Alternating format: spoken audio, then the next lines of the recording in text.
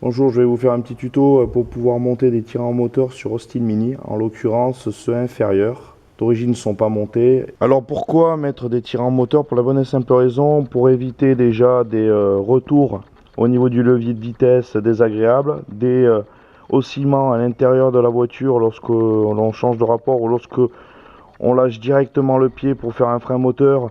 Le moteur aura tendance à boum boum boum boum, et ce qui est relativement désagréable. Donc pour éviter cela, et aussi pour abîmer les cardans et autres boîtes de vitesse, on renforcera par les tirants moteurs. Et c'est dans le cadre où vous aurez préparé votre moteur, ou bien que vous vous retrouverez avec la configuration que j'ai moi. Je sais pas si on voit. Voilà, cette partie-là, elle est fendue, donc en l'occurrence le moteur a tendance à bouger. Pourquoi? Parce qu'avec le temps, c'est assez fragile. Et ça a tendance à se fendre en fait. Que bon, moi je ne l'ai pas fait en préventif. Donc vous allez recevoir dans des sachets comme suit. Vous pouvez le trouver en l'occurrence chez Little Mini. Donc ça c'est la partie gauche et la partie droite. Alors la gauche se calcule lorsqu'on est à l'intérieur de l'habitacle. Ça se présente comme suit. Normalement tout est démonté, sauf que moi j'ai commencé à prémonter. Il va vous falloir une pince, une clé 7 16e, mais à la limite avec du 11 ça passe. Un maillet, il va vous falloir aussi une perceuse ou une perceuse sans fil avec une mèche de 9, puisqu'en fin de compte cela c'est du 9 et il va falloir percer dans le berceau, et potentiellement du stop frein écrou. Donc le tirant, rien de compliqué, on met d'un côté, on peut choisir soit mode d'origine soit en Proflex. Hop, mais le Proflex par contre il est vendu à part. Ça c'est un kit qui coûte 22 €. Et par contre si vous voulez en Proflex, il existe des montages en Proflex, je crois que c'est 15 € le Proflex. Et il existe aussi des tirants réglables, je crois que c'est 22 € unité. Ok, ensuite, hop, on le met l'entretoise à l'intérieur. On se fait aider par le petit maillet. Alors évidemment je le fais qu'à une seule main, et là en l'occurrence la main gauche. Donc je vais couper la vidéo et je reprends.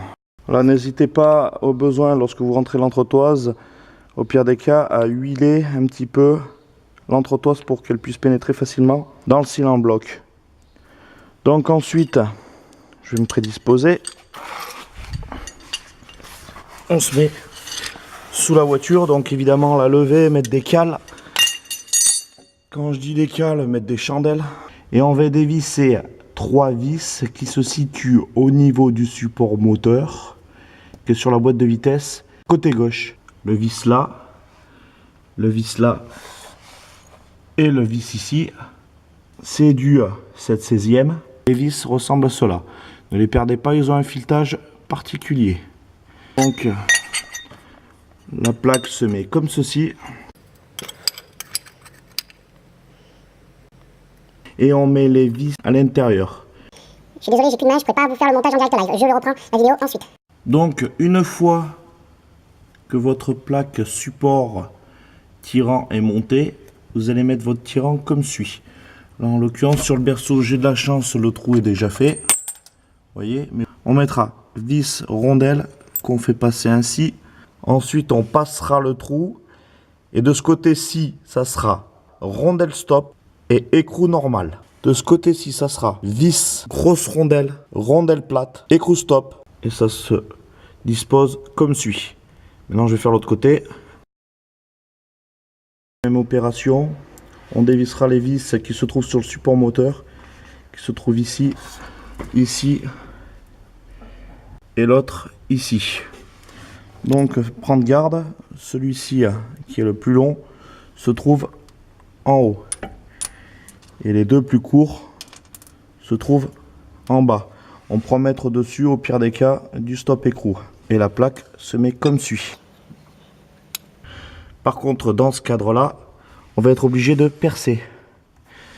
Donc je vais prendre les mesures. Alors pour prendre le repère, déjà on mettra en place le vis ici là.